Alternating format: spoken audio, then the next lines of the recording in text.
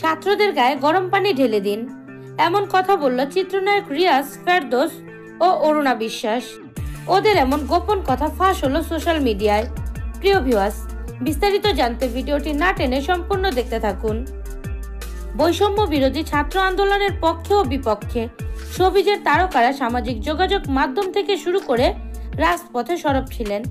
এদের মধ্যে একটি দলের নেতৃত্বে ছিলেন সাবেক সংসদ সদস্য চিত্রনায়ক ফেরদৌস আহমেদ, সাবেক তথ্য প্রতিমন্ত্রী মোহাম্মদ এ আরাফাত, চিত্রনায়ক রিয়াজ ও অভিনেত্রী শামীমা তুষি। আন্দোলনের শুরু থেকে শিক্ষার্থীদের বিপক্ষে প্রচারণা করেছেন তারা। এই পরিকল্পনা থেকে আলো আসবেই নামক একটি হোয়াটসঅ্যাপ গ্রুপে সরব ছিলেন তারা। এই গ্রুপের সদস্যদের মধ্যে তানভীর সুইটি, সোহানা সাবাল, অরুণা বিশ্বাস, জ্যোতিকা জ্যোতি, সাজু খাদেম সহ আরো অনেকেই ছিলেন। এরই মধ্যে সেই হোয়াটসঅ্যাপ গ্রুপের কিছু স্ক্রিনশট ফাঁস হয়েছে সোশ্যাল মিডিয়ায়, যেখানে দেখা গেছে আন্দোলন চলাকালীন ছাত্রদের নিয়ে বিভিন্ন পরিকল্পনার কথা বলেছেন শোবিজ অঙ্গনের এই তারকারা।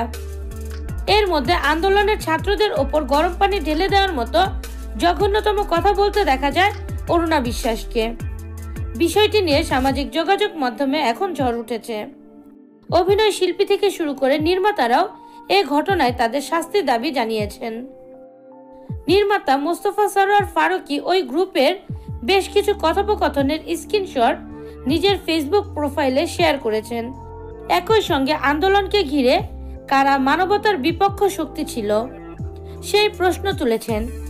প্রিয় ভিউয়ার্স, যাদের অভিনয় দেখে একটা সময় কান্না করেছে লাখো ভক্তরা, আজ তারাই তাদের দেশের মানুষকে নিষ্ঠুরভাবে গরম পানি ঢেলে দেওয়ার মতো নেক্কারজনক কথা বলেছে।